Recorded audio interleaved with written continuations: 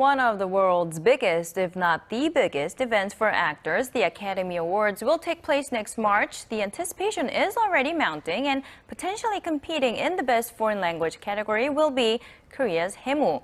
For more, we have our film critic Jason Beckervaise live in the studio. Good afternoon, Jason. Good afternoon. How does it exactly work? So Korea submits a film and then it needs to wait to see whether it gets shortlisted. Yeah, it's quite a complicated process. Last year, over 70 countries submitted a film for the Best Foreign Language Award. So there are many, many films. So what you essentially have is you have several hundred Academy voters who basically watch all these films on screeners. And then you have 6 films that are shortlisted, and then they add another 3. No, those 3 are selected by a special committee, which basically they're there to ensure that no films have been overlooked. So they'll add another 3 films. And then you have voters from both the West Coast and the East Coast, which will then pick 5 final films for the official nominees, if you like, in January. So it is a complicated... It is a very complicated process. It is a complicated process, and there are lots of factors involved in choosing the nominees as well. Right. So what aspects in terms of quality are the voters looking for? Well, obviously quality. Quality is obviously a big factor, but the Academy tend to favour films that tackle social issues. They're fond of history, for example. A lot of the Academy voters are generally of the older generation too, and so and they're also I think they tend to appreciate European cinema a little bit more than perhaps Asian cinema, as we've seen with the films that have been nominated in the past. If you look at the top 10 countries, 9 of them are European, and one of them Japan. Japan's done quite well. 4 films have won, 12 nominees, but Korea, 0. So Korea doesn't have a very good track record. Right. So you would say when it comes to the foreign language film category that the Oscars are a little bit more Eurocentric. Yeah, I think it's fair to say, and I think the voters themselves, they have, a lot of them have European heritage, for example, and so they tend to favour, or they tend to appreciate, or at least they tend to understand European films a little bit better than perhaps films from other countries. Although Japan does have a good history with the Oscars, and it does have a great cinema, but so does Korea. And it's interesting that Korea, despite the fact that it's appreciated worldwide, we see films go on to do very well at festivals, and yet no films are nominated, which I think is perhaps reflective of Korea's dark narrative.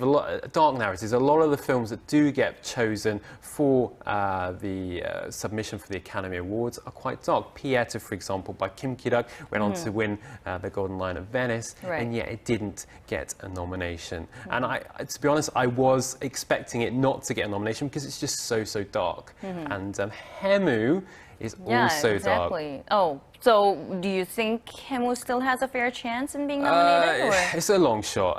It does compete against many different and very good films. It is a dark film, but there is one great thing about it, is it's produced by Bong Joon-ho and also co-written by Bong Joon-ho. Now that's interesting because Snowpiercer, directed by Bong Joon-ho, of course, written by Bong Joon-ho as well. That's also being considered for the main categories: Best Director, Best Screenplay or Adapted Screenplay, Best Supporting Actress for Tilda Swinton. It's a long shot again for those nominations to go through, but I think it stands a good chance, and it's very well received in the United States. And with his name attached to it, I think it was a good decision to submit that film.